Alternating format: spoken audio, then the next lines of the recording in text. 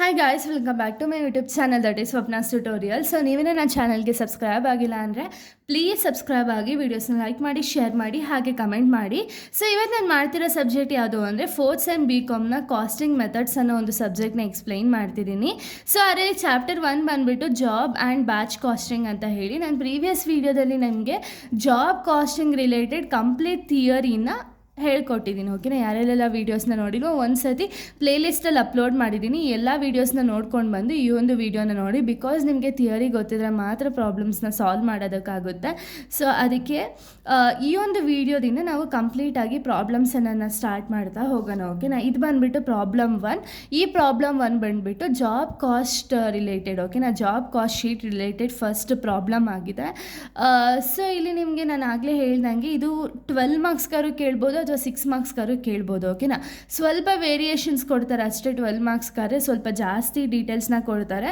But 5 marks ಅಥವಾ 6 marks ನಿಮ್ಗೆ ಏನು ಪ್ಯಾಟ್ರನ್ ಇದೆಯಲ್ಲ ಆ ಬೇಸಿಸ್ ಮೇಲೆ ಕೊಟ್ಟರೆ ಸ್ವಲ್ಪ ಡೀಟೇಲ್ಸ್ ಅನ್ನೋದನ್ನ ಕೊಟ್ಟಿರ್ತಾರೆ. ಓಕೆನಾ, ಬನ್ನಿ ಇವಾಗ ಫಸ್ಟ್ ಪ್ರಾಬ್ಲಮ್ನ ನಾವು ಸಾಲ್ವ್ ಮಾಡೋಣ. ಯಾಕೆಂದರೆ ಫಸ್ಟ್ ಪ್ರಾಬ್ಲಮ್ನ ನೀವು ಸಾಲ್ವ್ ಮಾಡಿದ್ರೆ ನಿಮ್ಗೆ ಈಸಿಯಾಗಿ ಗೊತ್ತಾಗುತ್ತೆ, ಒಂದು ಎಸ್ಟಿಮೇಷನ್ ಅನ್ನೋದು ಗೊತ್ತಾಗುತ್ತೆ.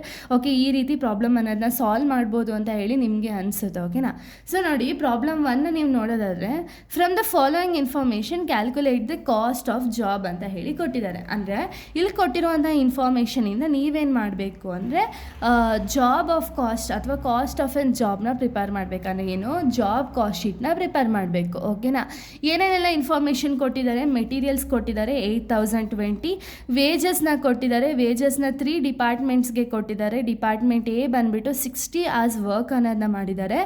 1 hourಗೆ ₹30 ಅಂತ ಹೇಳಿ ಪೇ ಮಾಡ್ತಿದ್ದಾರೆ. ಓಕೆನಾ, ನೆಕ್ಸ್ಟ್ ಡಿಪಾರ್ಟ್ಮೆಂಟ್ ಬಿ ಬಂದುಬಿಟ್ಟು 40 hours ವರ್ಕ್ ಮಾಡಿದ್ದಾರೆ. 1 hourಗೆ ₹20 ಪೇ ಮಾಡ್ತಿದ್ದಾರೆ. ಡಿಪಾರ್ಟ್ಮೆಂಟ್ ಸಿ ಬಂದುಬಿಟ್ಟು 20 hours ವರ್ಕ್ ಮಾಡ್ತಿದ್ದಾರೆ. 1 hourಗೆ ₹25 ಪೇ ಮಾಡ್ತಿದ್ದಾರೆ. ಓಕೆನಾ, ನೆಕ್ಸ್ಟ್ ವೇರಿಯಬಲ್ ಓವರ್ ರೇಟ್ ಕೊಟ್ಟಿದ್ದಾರೆ ₹15 ಪರ್ ಅವರ್ ಅಂತ ಹೇಳಿ. ಅವರ್ಸ್ನ ಮೆನ್ಷನ್ ಮಾಡಿಲ್ಲ, ಬಟ್ ಪರ್ ಅವರ್ ಅಂತ ಹೇಳಿ ಮೆನ್ಷನ್ ಮಾಡಿದ್ದಾರೆ. Next 10% profit added to the cost ಅಂತ ಹೇಳಿ ಕೊಟ್ಟಿದ್ದಾರೆ. ಸೊ ಸೆಲ್ಲಿಂಗ್ ಪ್ರೈಸ್ನ ನಾವಿಲ್ಲಿ ಕ್ಯಾಲ್ಕುಲೇಟ್ ಮಾಡಬೇಕು. ಓಕೆನಾ, ಇಷ್ಟೇ ಡೀಟೇಲ್ಸ್ ನಮಗೆ ಕೊಟ್ಟಿದ್ದಾರೆ. ಇದರಲ್ಲಿ ನೀವು ಜಾಬ್ ಕಾಸ್ಟ್ ಶೀಟ್ನ ನೀವು ಪ್ರಿಪೇರ್ ಮಾಡಬೇಕು. ಓಕೆನಾ, ಸೊ ಇವಾಗ ಇದು ತುಂಬ ಈಸಿ ಪ್ರಾಬ್ಲಮ್. ನಿಮಗೆ ಕ್ವಶನ್ ನೋಡಿದ ತಕ್ಷಣ ಏನೂ ಅರ್ಥ ಆಗಲ್ಲ, ಬಟ್ ಈ ಪ್ರಾಬ್ಲಮ್ ಬಂದುಬಿಟ್ಟು ತುಂಬ ಈಸಿಯೆಸ್ಟ್ ಪ್ರಾಬ್ಲಮ್ಮು. ಸೊ ಇವಾಗ ನಾನು ಸಾಲ್ವ್ ಮಾಡಬೇಕಾದ್ರೆ ನಿಮಗೆ ಗೊತ್ತಾಗುತ್ತೆ ಓಕೆ ಇಷ್ಟು ಈಸಿನಾ ಅಂತ ಹೇಳಿ ನಿಮಗೆ ಒಂದು ಅನಾಲಿಸಿಸ್ ಅನ್ನೋದು ಬರುತ್ತೆ. ಸೊ ಬನ್ನಿ ಇವಾಗ ನಾವು ಪ್ರಾಬ್ಲಮ್ನ ಸಾಲ್ವ್ ಮಾಡ್ತಾ ಹೋಗೋಣ. ಸೊ ನೋಡಿ, ಇದು format of job cost sheet. ಓಕೆನಾ, ಇದೇ ಫಾರ್ಮೇಟಲ್ಲಿ ನೀವು ಮಾಡಬೇಕಾಗುತ್ತೆ. ಸೊ ನೋಡಿ, ಇಲ್ಲಿ ನಿಮಗೆ ಸಜೆಷನ್ ಏನು ಅಂದರೆ ಒಂದೊಂದು ಕಡೆ ಏನು ಮಾಡ್ತಾರೆ ಅಂದರೆ ಈ ಒಂದು ಜಾಬ್ ನಂಬರ್ ಆಗಿರ್ಬೋದು, description, date of starting job, completion ಇದೆಲ್ಲ ಹಾಕಲ್ಲ. ಬಟ್ ಏನು ಅಂದರೆ ಎಕ್ಸಾಮ್ ಪಾಯಿಂಟ್ ಆಫ್ ವ್ಯೂ ನೀವು ಇದನ್ನೆಲ್ಲ ಹಾಕಿದ್ರೆ ನಿಮ್ಮ ಮಾರ್ಕ್ಸ್ ಅನ್ನೋದು ಇವರು ಎಲ್ಲೂ ಡಿಡಕ್ಟ್ ಮಾಡೋದಕ್ಕಾಗಲ್ಲ. ಓಕೆನಾ, ಸೊ ನೋಡಿ ಫಸ್ಟ್ ನೀವು ಹೆಡ್ಡಿಂಗ್ನ ಹಾಕ್ತಿರೋ ಜಾಬ್ ಕಾಸ್ಟ್ ಶೀಟ್ ಅಂತ ಹೇಳಿ. ಇಲ್ಲಿ ಜಾಬ್ ನಂಬರ್ ಅಂದರೆ ಏನು ಅಂದರೆ ಅವರೆಲ್ಲ ಡಿಸ್ಕ್ರೈಬ್ ಮಾಡಿರ್ತಾರೆ. ಓಕೆನಾ, ಕ್ವಶನಲ್ಲೇ ಎಲ್ಲ ಕೊಟ್ಟಿರ್ತಾರೆ. ಕ್ವಶನಲ್ಲಿ ಕೊಟ್ಟಿಲ್ಲ ಅಂದರೆ ವರಿ ಮಾಡ್ಕೋಬೇಡಿ. ಓಕೆನಾ, ಕ್ವಶನಲ್ಲಿ ಕೊಟ್ಟಿದ್ರೆ ಮಾತ್ರ ಇದನ್ನೆಲ್ಲ ಮೆನ್ಷನ್ ಮಾಡಿ. ಓಕೆನಾ, ಜಾಬ್ ನಂಬರ್ ಕೊಟ್ಟಿದ್ರೆ ಅದನ್ನು ಬರೀತೀರಾ, ಡಿಸ್ಕ್ರಿಪ್ಷನ್ ಇದ್ರೆ ಡಿಸ್ಕ್ರಿಪ್ಷನ್ನ ಬರೀತೀರಾ. ಇದಾದಮೇಲೆ ಡೇಟ್ ಆಫ್ ಸ್ಟಾರ್ಟಿಂಗ್ ಜಾಬ್ನ ಸ್ಟಾರ್ಟ್ ಮಾಡಬೇಕಾದ್ರೆ ಏನಾದ್ರು ಡೇಟ್ ಕೊಟ್ಟಿದ್ರೆ ಆ ಡೇಟ್ನ ಮೆನ್ಷನ್ ಮಾಡ್ತೀರಾ. ಮತ್ತು ಕಂಪ್ಲೀಷನ್ ಆಗೋ ಡೇಟ್ ಅನ್ನೋದನ್ನ ಮೆನ್ಷನ್ ಮಾಡ್ತೀರಾ. ಓಕೆನಾ, ಸೊ ಇಲ್ಲಿ ನೆಕ್ಸ್ಟು ಯಾವ ಥರ ಫಾರ್ಮ್ಯಾಟ್ ಇದೆ ಅಂದರೆ ಪರ್ಟಿಕ್ಯುಲರ್ಸ್, ಆಸ್, ರೇಟ್ ಮತ್ತು ಅಮೌಂಟ್. ಓಕೆನಾ, ಈ ರೀತಿನೂ ಮಾಡ್ಬೋದು. ಇಲ್ಲ ನನಗೆ ಇದು ಕನ್ಫ್ಯೂಸ್ ಆಗುತ್ತೆ ಅಂದರೆ ಆಸ್ ರೇಟ್ ಕಾಲಮ್ ಬೇಡ, ಅದ್ರ ಬದಲು ಇಲ್ಲಿ 2 ಅಮೌಂಟ್ ಕಾಲಮ್ಸ್ನ ಬರ್ಕೊಂಡು ಒಳಗಡೆ ಅಂದರೆ ಪರ್ಟಿಕ್ಯುಲರ್ಸಲ್ಲಿ ನೀವು ಕ್ಯಾಲ್ಕುಲೇಷನ್ ಅನ್ನೋದನ್ನ ಮಾಡಿ ಇನ್ನರ್ ಅಮೌಂಟ್ ಕಾಲಮ್ಗೂ ಹಾಕ್ಬೋದು. ಓಕೆನಾ, ಇಲ್ಲ ನಾವು ಪ್ರಾಪರಾಗಿ ಮೆಥಡನ್ನು ಫಾಲೋ ಅಪ್ ಮಾಡ್ತೀವಿ ಅಂದರೆ ಈ ಮೆಥಡ್ ಫಾಲೋ ಅಪ್ ಮಾಡಿದ್ರೆ ಏನೂ ಇಶ್ಯೂ ಇಲ್ಲ. ಓಕೆನಾ, ನೋಡಿ ಇಲ್ಲಿ ಪರ್ಟಿಕ್ಯುಲರ್ಸು, ಅವರ್ಸು, ರೇಟು, ಅಮೌಂಟ್ ಹಾಕಿದ್ದೀವಿ. ಓಕೆನಾ, ಫಸ್ಟ್ ಇಲ್ಲಿ ನಾವೇನು ಮಾಡಬೇಕು ಅಂದರೆ ಪ್ರತಿಯೊಂದು ಪ್ರಾಬ್ಲಮ್ಗೂ ನಾವು ಪ್ರೈಮ್ ಕಾಸ್ಟ್ ಅನ್ನೋದನ್ನ ಸ್ಟಾರ್ಟಿಂಗ್ ಫೈಂಡ್ ಮಾಡಬೇಕು. ಓಕೆನಾ, ಈ ಪ್ರೈಮ್ ಕಾಸ್ಟ್ಗೆ ನಾವು ಏನೇನೆಲ್ಲ ಮಾಡ್ತೀವಿ ಅಂದರೆ direct materials, direct wages, direct expenses ಇದೆಲ್ಲ ಇದ್ದರೆ ನಾವು ಇದನ್ನೆಲ್ಲ ಆ್ಯಡ್ ಮಾಡ್ತೀವಿ. ಓಕೆನಾ, ಯಾವುದಕ್ಕೆ ಪ್ರೈಮ್ ಕಾಸ್ಟ್ಗೆ. ಓಕೆನಾ, ಇವಾಗ ನೋಡಿ ನಿಮ್ಗೆ ಕ್ವಶನಲ್ಲಿ ಏನೇನೆಲ್ಲ ಮೆನ್ಷನ್ ಮಾಡಿದ್ದಾರೆ ಅಂದರೆ ಮೆಟೀರಿಯಲ್ಸ್ನ ಕೊಟ್ಟಿದ್ದಾರೆ. ಮೆಟೀರಿಯಲ್ಸ್ ಎಷ್ಟು ಕೊಟ್ಟಿದ್ದಾರೆ 8020. ಅದನ್ನು ಆ್ಯಸ್ ಇಟ್ ಈಸ್ ಬರ್ಕೊಳ್ಳಿ. ಓಕೆನಾ, ಡೈರೆಕ್ಟ್ ಮೆಟೀರಿಯಲ್ಸ್ ಅಂತ ಹಾಕ್ತೀರಾ. ಡೈರೆಕ್ಟ್ ಮೆಟೀರಿಯಲ್ಸ್ ಎಷ್ಟು ಕೊಟ್ಟಿದ್ದಾರೆ ಅಮೌಂಟು, ಇಲ್ಲಿ ರೇಟು ಮತ್ತು ಆಸ್ ಏನು ಮೆನ್ಷನ್ ಮಾಡಿಲ್ಲ. ಸೊ ಡೈರೆಕ್ಟ್ ಅಮೌಂಟ್ನ ಕೊಟ್ಟಿದ್ದಾರೆ. ಯಾಕೆ ರೇಟು ಮತ್ತು ಅವರ್ಸ್ ಮೆನ್ಷನ್ ಮಾಡಿಲ್ಲ ಅಂದರೆ ಇದು ಯಾವುದೇ ಎಂಪ್ಲಾಯೀಸ್ಗೆ ಕೊಡೋಲ್ಲ, ಓಕೆನಾ. ಡೈರೆಕ್ಟ್ ಮೆಟೀರಿಯಲ್ಸ್ ಇದು ನಾವು ಪರ್ಚೇಸ್ ಮಾಡಿರೋದು, ಸೊ ಅದಕ್ಕೆ ಮೆಟೀರಿಯಲ್ಸಿಗೆ ಡೈರೆಕ್ಟ್ ಅಮೌಂಟ್ ಇರುತ್ತೆ. 8020 ಡೈರೆಕ್ಟಾಗಿ ಅಮೌಂಟ್ ಬರೀತೀರಾ, ಓಕೆನಾ. ಇದಾದಮೇಲೆ ನಮಗೆ ನೆಕ್ಸ್ಟ್ ಇನ್ಫಾರ್ಮೇಷನ್ ಏನು ಕೊಟ್ಟಿದ್ದಾರೆ, ವೇಜಸ್ನ ಕೊಟ್ಟಿದ್ದಾರೆ, ಓಕೆನಾ. ವೇಜಸ್ ಬಂದುಬಿಟ್ಟು 3 ಡಿಪಾರ್ಟ್ಮೆಂಟ್ಸ್ ಕೊಟ್ಟಿದ್ದಾರೆ. ಡಿಪಾರ್ಟ್ಮೆಂಟ್ ಎ ಎಷ್ಟಿದೆ, 60 hours ವರ್ಕ್ ಮಾಡ್ತಿದ್ದಾರೆ, 30 rupees per hour ಅಂತ ಹೇಳಿ ಕೊಟ್ಟಿದ್ದಾರೆ ಅಲ್ವಾ. ಸೊ ನೋಡಿ ವೇಜಸ್ ಅಂತ ಹಾಕ್ತೀರಾ. ಡಿಪಾರ್ಟ್ಮೆಂಟ್ ಎಗೆ 60 hours ಕಾಲಮಲ್ಲಿ 60 ಅಂತ ಬರೀತೀರಾ. ರೇಟ್ ಎಷ್ಟು, 30 rupees ರೇಟ್ ಕೊಟ್ಟಿದ್ದಾರೆ, ಓಕೆನಾ. ಸೊ 60 ಅಂತ 30 ಮಾಡಿದ್ರೆ ನಿಮ್ಗೆ ಎಷ್ಟಾಗುತ್ತೆ, 1800 ಆಗುತ್ತೆ. ಇದನ್ನು ಅಮೌಂಟ್ ಕಾಲಮಲ್ಲಿ ಬರೀಬೇಕು, ಓಕೆನಾ. ಇದೇ ರೀತಿ ಬಿ ಆ್ಯಂಡ್ ಸಿ ಡಿಪಾರ್ಟ್ಮೆಂಟ್ಗೂ ಕೂಡ ನೀವು ಕ್ಯಾಲ್ಕುಲೇಟ್ ಮಾಡಬೇಕು. ಬಿ ಡಿಪಾರ್ಟ್ಮೆಂಟ್ಗೆ ಎಷ್ಟಿದೆ, 40 hours ವರ್ಕ್ ಮಾಡಿದ್ದಾರೆ, 20 rupees per hour. 40 × 20 ಮಾಡಿದಾಗ 800 ಅನ್ನೋದು ಸಿಗುತ್ತೆ, ಓಕೆನಾ.